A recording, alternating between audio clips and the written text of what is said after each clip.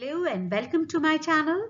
Well, after a considerable long hiatus, I am back with very important presentations about your upcoming examination, and today we'll be taking up a very important topic that is very necessary for you to have a good idea both for your theory examination as well as for your practicals. So without further ado, we will try to get the facts right for everything about immunization. Though it sounds very easy, there are so many small little things that you need to know about immunization to get the thing cracking in your exam hall.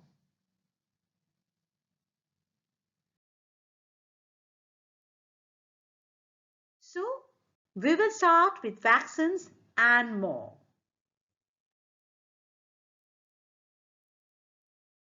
Some very important terms which you should be very familiar with, but often confused with. So let us have a good look at those. Vaccines. The US Center for CDC defines a vaccine as a product that stimulates a person's immune system to produce immunity to a specific disease, protecting the person from that disease. The vaccines are usually administered through needle injection, but can also be administered by mouth or spread into the nose. So what is inoculation? It is to give a person or animal a vaccine, a substance to prevent a disease. Inoculation is simply the process of giving the person a vaccine. If that is inoculation, then what is vaccination? It is the process of getting a vaccine into the body, or the act of introducing a vaccine into the body to produce immunity to a specific disease. A vaccine is what initiates the immunization process. A very often confused or interchanged term is immunization. Is vaccination and immunization the same? Well, let's have a look at it. Immunization is the process whereby a person is made immune or resistant to an infectious disease, typically by the administration of a vaccine. Vaccines stimulate the body's own immune system to protect the person against subsequent infection or disease. So, though they are often used interchangeably, but they are not the same. Let us look at the types of vaccines. Well, there are live attenuated ones, which are the weakened version of the actual virus. These are mostly whole cell vaccines, and they are able to mount the immune response, but they lack the pathogenicity, that is disease causing ability. Examples are the measles, mumps and rubella vaccine, chickenpox vaccine, and then there is the whole cell inactivated vaccine. This vaccine uses the whole virus after it has been killed either with heat or with chemicals, like the fractionated inactivated polio vaccine. Besides these whole cell vaccines are the subunit vaccines. This uses a piece of the virus surface to focus your immune system on a single target. The Covishield has been an example of subunit vaccine, whereas Covaxin was a whole cell vaccine. Other examples of subunit vaccines that have been used for a long time now are the hepatitis B, human papillomavirus, and so on. Besides this, there are viral vector vaccines. This approach takes a harmless virus and uses it to deliver viral genes to build immunity. This finds a lot of application in the veterinary medicine, and the Ebola vaccine is on this mechanism only. And besides this are the toxoids. These are the chemically modified toxins from a pathogenic microorganism which is no longer toxic but is still antigenic and used as a vaccine. And what better example than the tetanus toxoid? Besides this is the DNA and RNA vaccines, which uses DNA or RNA molecules to teach the immune system the target key viral proteins. An existing example is the Pfizer-BioNTech COVID-19 vaccine. Besides, the Moderna vaccine as well.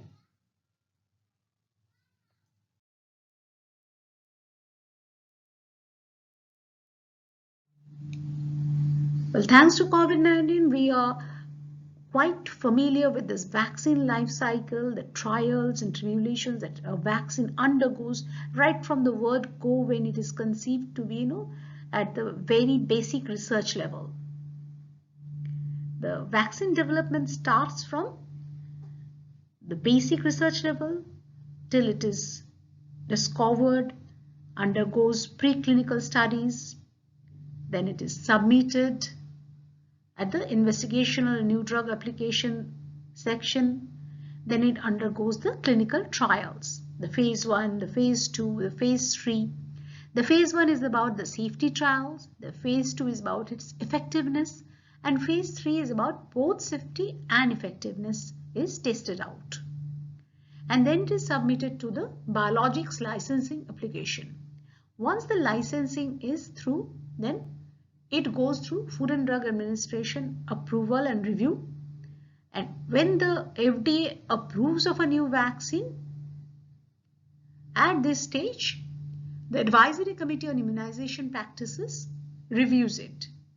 When the Advisory Committee on Immunization Practices recommends it that yes, it's fit for given, then the phase 4 trial starts off, which involves post-approval monitoring and research.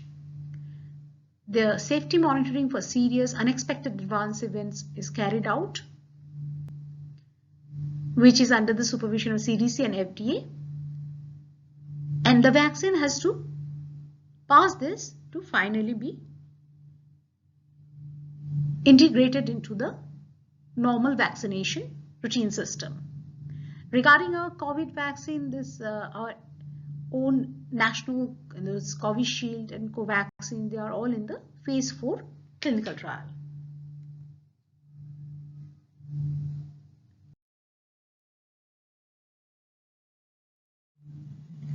Let's have a quick look at the milestones of immunization in India.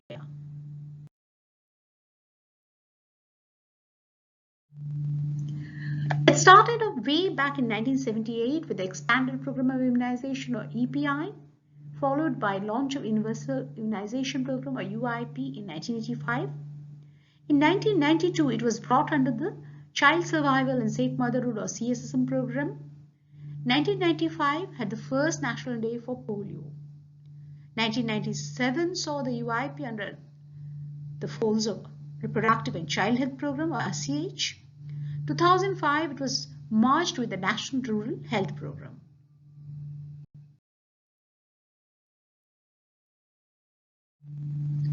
In 2006 saw the launch of JE vaccine. 2010 had the introduction of second dose of measles and hepatitis B vaccine universalized through the nation.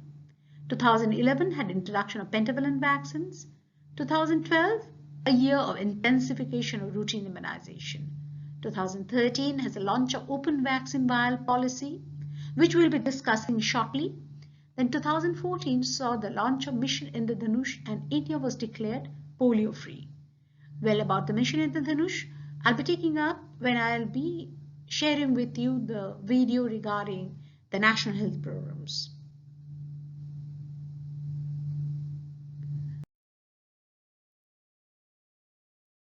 It was in 2015 when India validated for maternal and neonatal tetanus elimination, and there was introduction of the inactivated polio vaccine. 2016 saw the launch of rotavirus vaccine and the switch from trivalent OPV to bivalent OPV. The 2017 and 18, that was a period when the intensified Mission Indradhanush to increase the vaccine coverage, to reach out to the different missed opportunities was taken up, and Measles, rubella, and pneumococcal conjugate vaccine was introduced. 1920 saw the withdrawal of the trivalent OPV and intensified Mission Indradhanush to North, where the try was to reach universal coverage of vaccination to every pocket, and for that a lot of 7-day intensified drives were taken up nationally.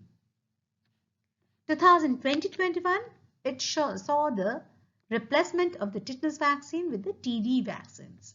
An electronic vaccine intelligence network or EVIN was rolled out, followed by the National Cold Chain Management Information System, that is NCC-MIS.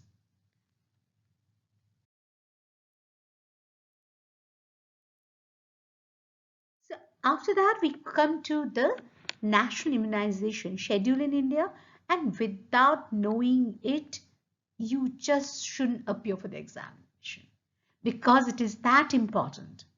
Be it the Viva, be it the theory, this is one of the crux areas of community medicine. This particular one in the slide is actually a counterfoil part of the mother and child protection card used at the different healthcare delivery centers in India. So here you find the mention of the different vaccines given under the National Immunization Schedule. So what are the vaccines given at birth? That is the OPV 0 dose, hepatitis B vaccine given within the first 24 hours of the birth, and the BCG vaccine. Then is at the 6 weeks of age or the 1.5 months of age. It is OPV 1, pentavalent 1, rotavirus 1 and pneumococcal conjugate virus 1, followed with fractionated IPV 1. Then is the 10th week vaccine or the 2.5 months. It is OPV 2, pentavalent 2 and rota 2.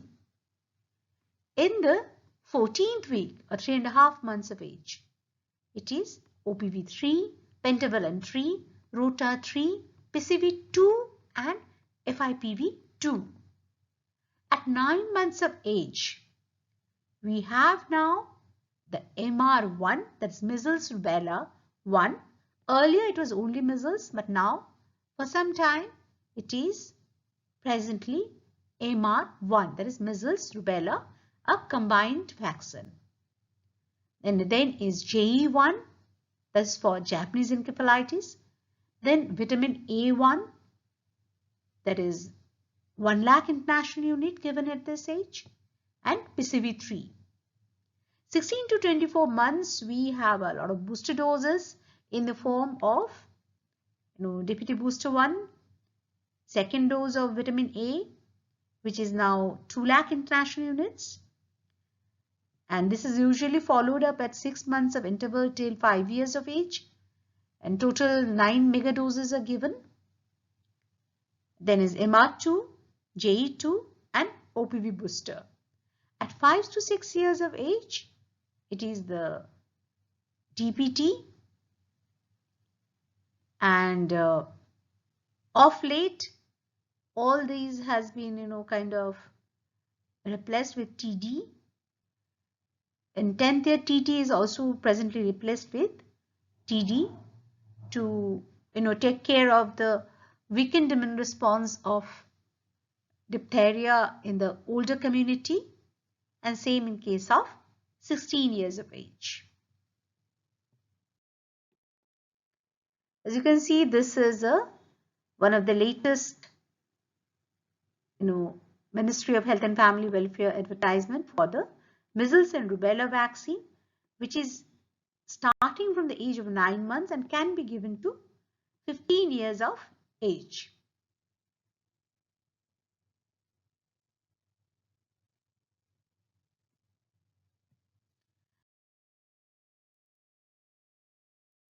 Let us look at the different types of vaccines that we have in our national immunization schedule, their type, their dose, their site, and the time of being given. A quick recap. So, Let's start with BCG. It is a live attenuated vaccine. The dose is 0.1 ml and the route is intradermal, and the site is universally left upper arm for administrative convenience. The time is, of course, at birth. OPV0 is also a live attenuated one. We give 2 drops orally. Hepatitis B is a recombinant DNA vaccine, 0.5 ml given intramuscularly in the anterolateral aspect of the mid-thigh, again at birth. Then is OPV 1, 2 and 3 doses given at the 6th, 10th and 14th weeks, which are again live attenuated vaccine and 2 drops at a time. Then is the rotavirus. It is also a live attenuated, only that it is given in the form of 5 drops. And these days, earlier rotavirus used to be given through a vial with a particular elongated dropper fitted at the top of it. But recently there has been a change and rotavirus is given in the form of, respues. So disposable ones, 1 dose is contained in 1 respue. Then is the fractionated IPV or inactivated polio vaccine. Is inactivated kill vaccine. The dosage is 0.5 ml and intramuscular route. And again the site of administration is anterolateral aspect of the mid-thigh at 14 weeks of age. Then we have the pentavalent 1, 2 and 3 given at 6, 10 and 14 weeks, which are combination vaccines. And these are 0.5 ml intramuscular anterolateral aspect of the mid-thigh. Then measles and rubella, which is one of the most recent vaccines added to the immunization schedule. It is a live attenuated vaccine, 0.5 ml in dose, and the route is subcutaneous and is given in the right upper arm. And the first age to commence is 9 to 12 months. And a booster dose is given at 16 to 24 months. And it can be given up to 15 years of age. Then is the Japanese encephalitis vaccine. It is an inactivated kill vaccine, 0.5 ml, subcutaneously given in the left upper arm at the 9th or 12th month of age. And of course, we have the vitamin A supplementation. Less than 1 year of age, it is 1 lakh international unit orally. And it can start from 9 months of age. And after that, every 6 months, 9 megadoses are given. That is 2 lakh international units. Again, here there has been a little change. Earlier, we used to have a spoon with 2 markings. The inside marking is to stand for, if you fill it till, it was 1 lakh. If you fill to the next marking, it used to be 2 lakh. But now the grassroots level workers are given droppers to measure this. And accordingly, it is.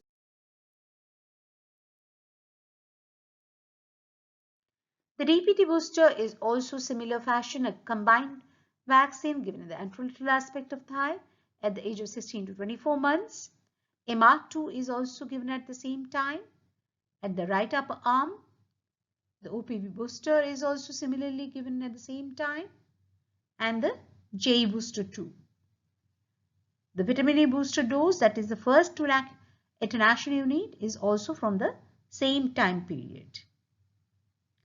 The DPT second booster is at the 5 to 6 years of age and TT at 10 and 16 years, which has been recently replaced with TD, as I mentioned, to take care of the weakening response towards diphtheria in the elderly community.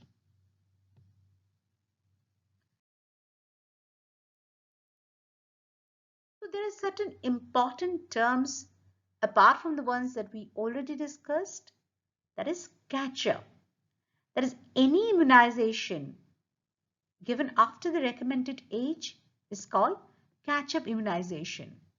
It is basically to cover up fraud the missed opportunity to cover up for the missed vaccinations and take care of the individual concerned. And mop-up rounds are nothing but door-to-door campaigns of immunization carried out in a specific area where the virus is known or suspected to still be circulating.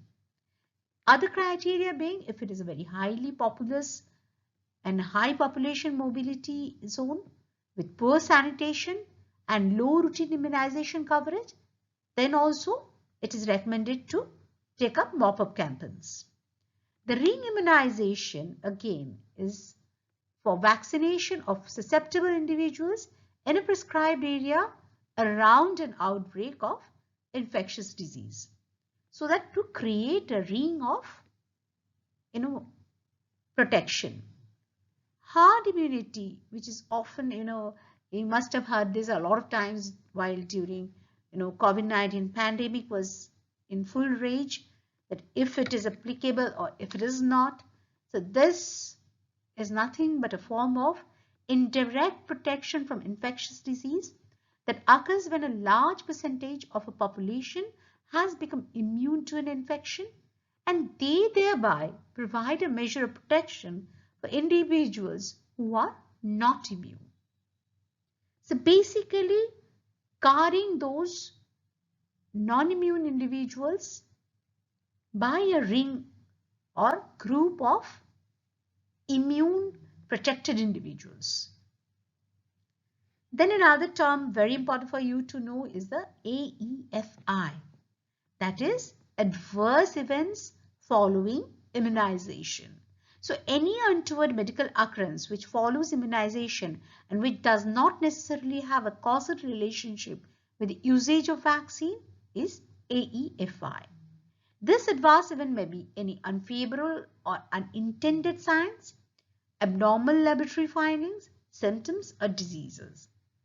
We will see this in the later part of this presentation in a more elaborate fashion. Then is the adjuvants. It is a substance added to a vaccine to improve the immune response so that less vaccine is needed.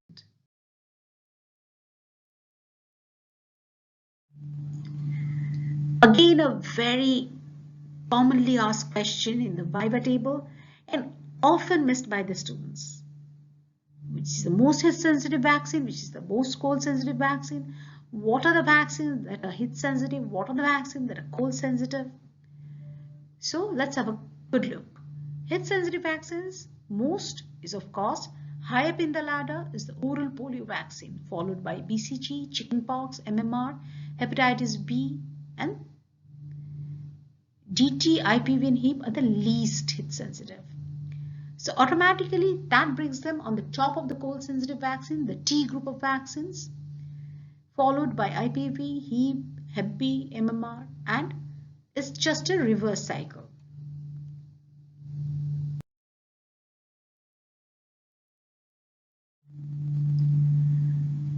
It's often said that live vaccines are more potent immunizing agent than killed vaccine. Why so? Well, live attenuated vaccines stimulate an excellent immune response that is nearly as good as compared to an infection with a wild type of pathogen.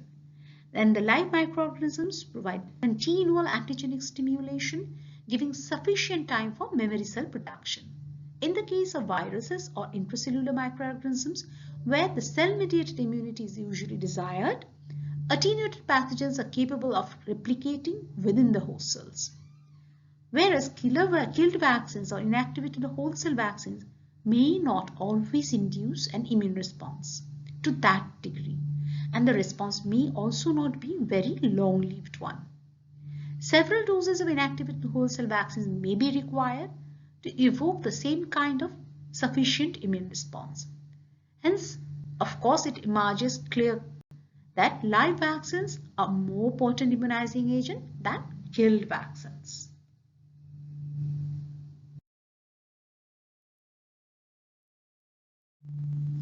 So what is the full form of AEFI and classify the AEFI? Well, The full form of AEFI is adverse event following immunization. An adverse event following immunization is any untoward medical occurrence which follows immunization and which does not necessarily have a causal relationship with the usage of the vaccine itself.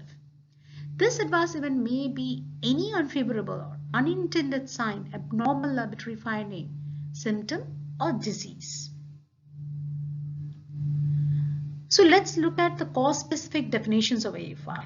It may be vaccine product related, where the AFI is caused or precipitated by a vaccine due to one or more of the inherent properties of the vaccine product. The second may be vaccine quality defect related reaction, where it is caused by or precipitated by a vaccine that is due to one or more quality defects of the vaccine product, including its administration device as provided by the manufacturer.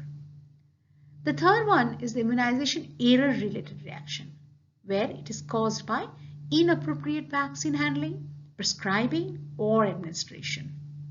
The fourth one may immunization anxiety related reaction.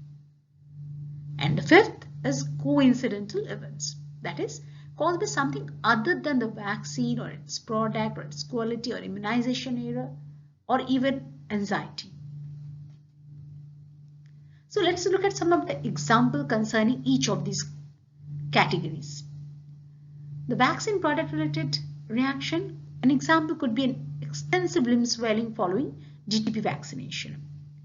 Vaccine quality defect related reaction could be failure by the manufacturer to completely inactivate a lot of inactivated polio vaccines, leading to cases of paralytic polio. Immunization error related reaction. The example could be transmission of infection by contaminated multidose vials. Immunization anxiety related reaction could be a vasovagal syncope in an adolescent following vaccination, sheerly resulting out of extreme amount of anxiety. Coincidental events could be exemplified by sharing like a fever after vaccination, a temporal association, and malarial parasite isolated from blood. So the fever actually has got nothing to do with the vaccination or any of its steps. It is here totally due to malarial.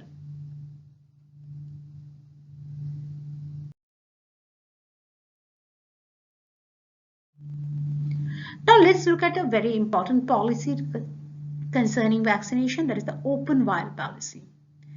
Here the questions often comes as a short note on open vial policy or just enumerating the vaccines for which open vial policy is applicable or is not applicable and what are the conditions that needs to be fulfilled for use of open vial policies.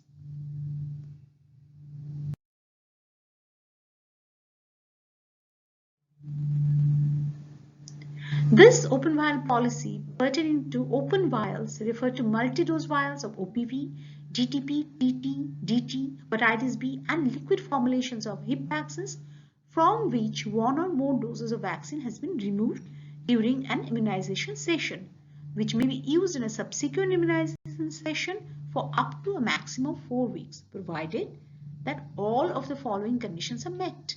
So what are those conditions? The expiry date hasn't passed. The vaccines are stored under appropriate cold chain conditions. The vaccine vial septum has not been submerged in water. Aseptic technique has been used to withdraw all the doses, and the vaccine vial monitor VVM, if attached, has not changed its color. The vaccines for which open vial policy is not applicable are measles, BCG, yellow fever and Japanese encephalitis vaccines. And for which it is acceptable, as we have already mentioned, tetanus toxoid, OPV, DPT, Hep B, Penta and IPV.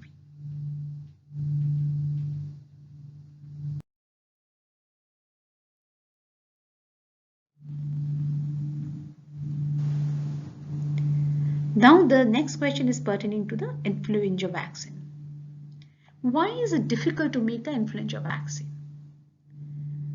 The influenza type A is the most complex and of the 3 basic varieties of influenza virus, that that is the A, B, and C. And it is also the most dangerous. It can cause serious diseases and trigger worldwide pandemics. It has on the surface of the virus two types of protein that helps to invade the body cells, the H and N, the hemagglutinin and neuraminidase. There are 18 different types of these H proteins and 11 different types of the N proteins. The flu virus A can make up to 144 different combinations of this H and N's. And these combinations can also change quickly and easily. The antigenic drift, a gradual process of genetic change that leads to even more variety for each type.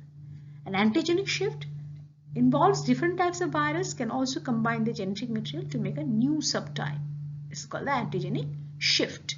So each year the flu vaccine is made for only 6 months before the coming flu season, using estimations about the type of virus expected to circulate, because the virus type keeps on changing due to the different combination and permutation of these proteins on the surface. Hence, it is very difficult to make a flu vaccine.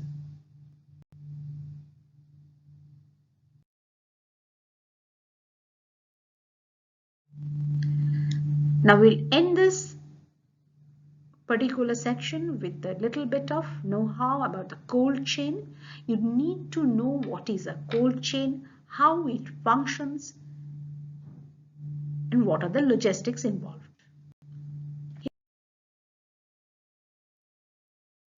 Here's a very brief view so that you can at least visually remember what the vaccine cold chain distribution network in our country is like and how it is carried out.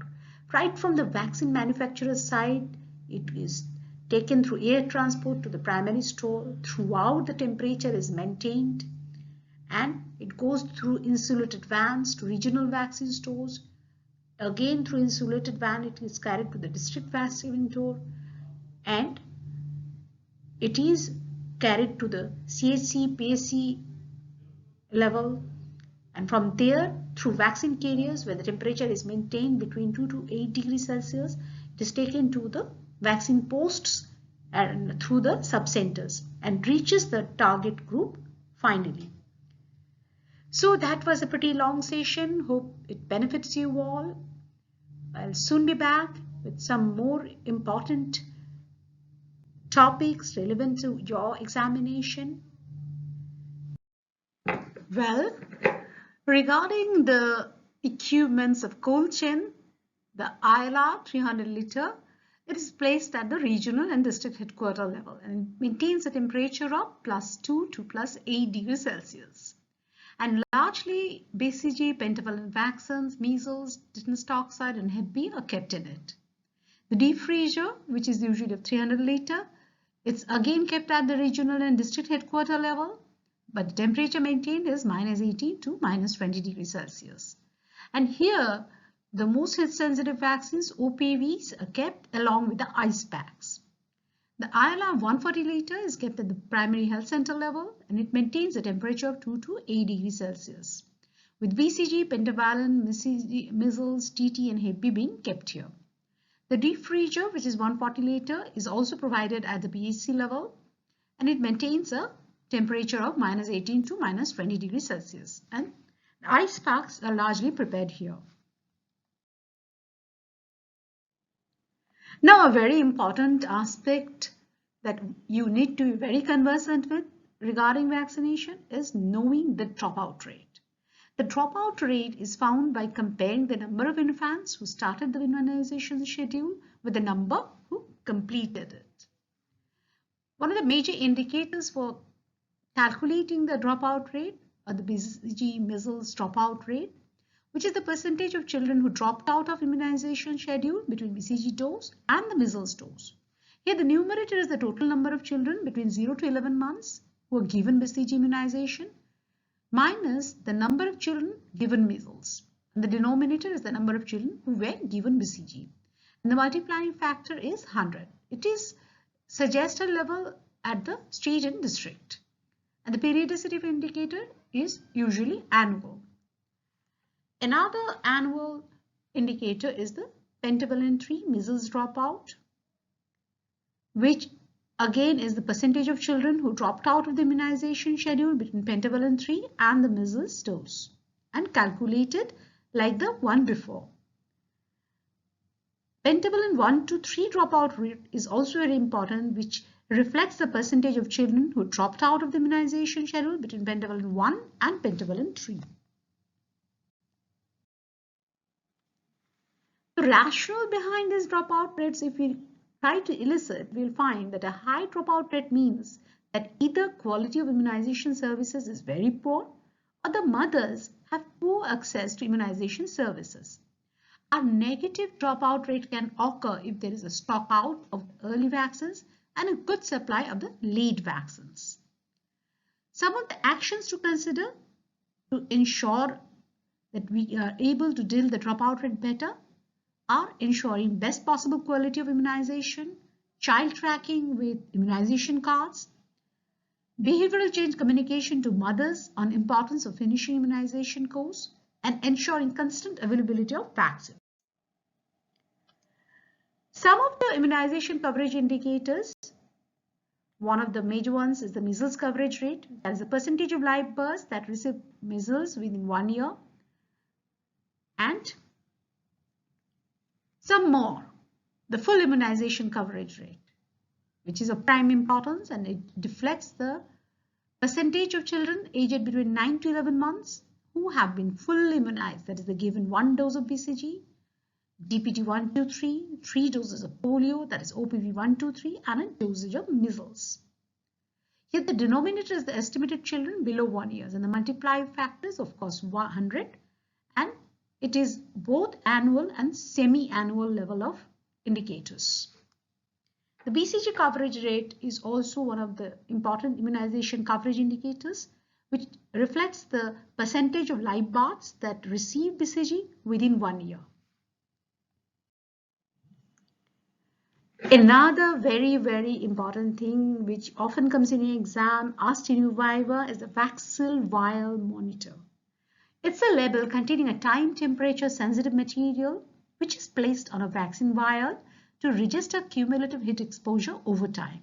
The combined effects of time and temperature cause the inner square of the vaccine vial monitor to darken gradually and irreversibly.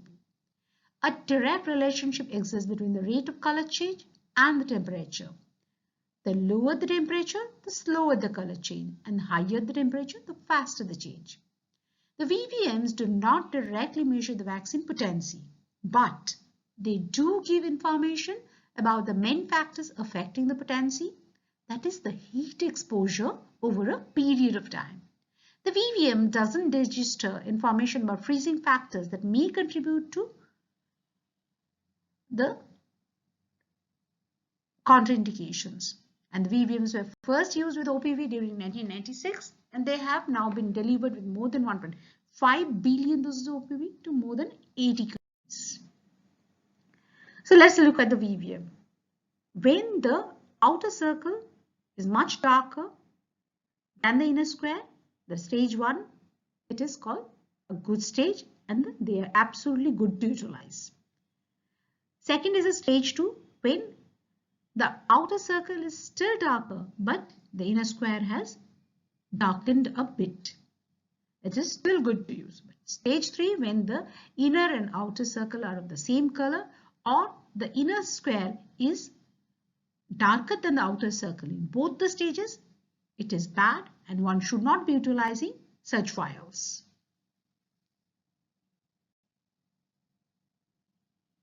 Another important perspective that you need to develop regarding your examination and for your general understanding as well, that is understanding the step one needs to undertake to close the immunization gap that has been created during the COVID pandemic period.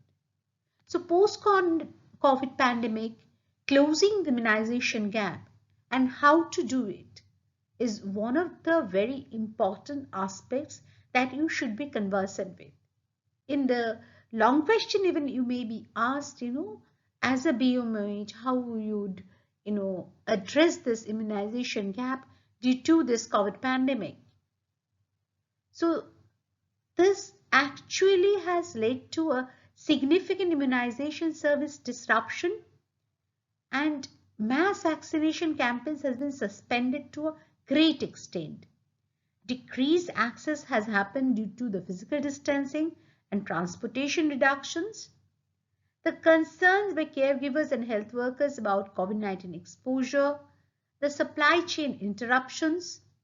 There has been high-risk population at increased risk for immunization inequity due to the rising COVID-19 morbidity and mortality during that phase, and of course, the economic downturn. So basically, World Health Organization has been guiding on the maintaining health services during the COVID-19. But notwithstanding, there has been gaps.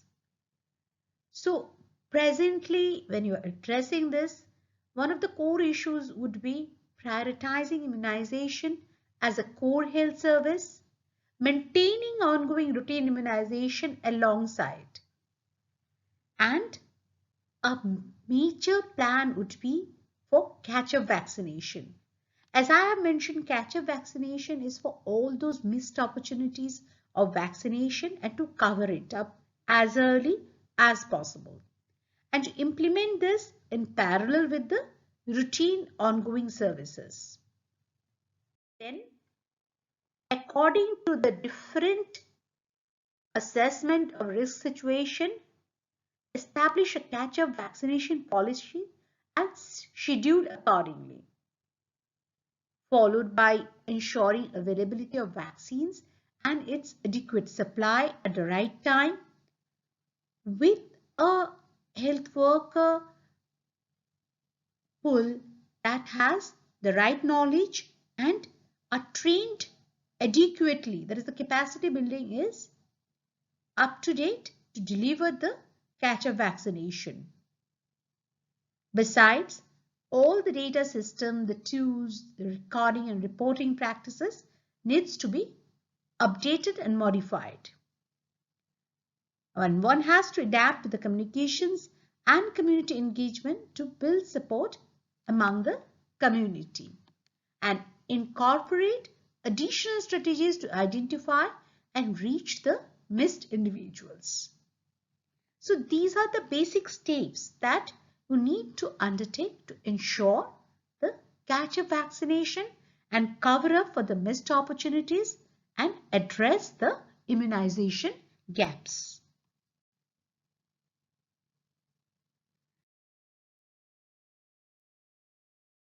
So here we discuss a lot of things about the vaccines, the types of vaccines, the vaccination schedules, their routes, their doses, their types, the milestones over the years, the two significant programs, the Indradhanush program, the Indradhanush intensified one, intensified Indradhanush 201, and also a lot of probable questions from this area.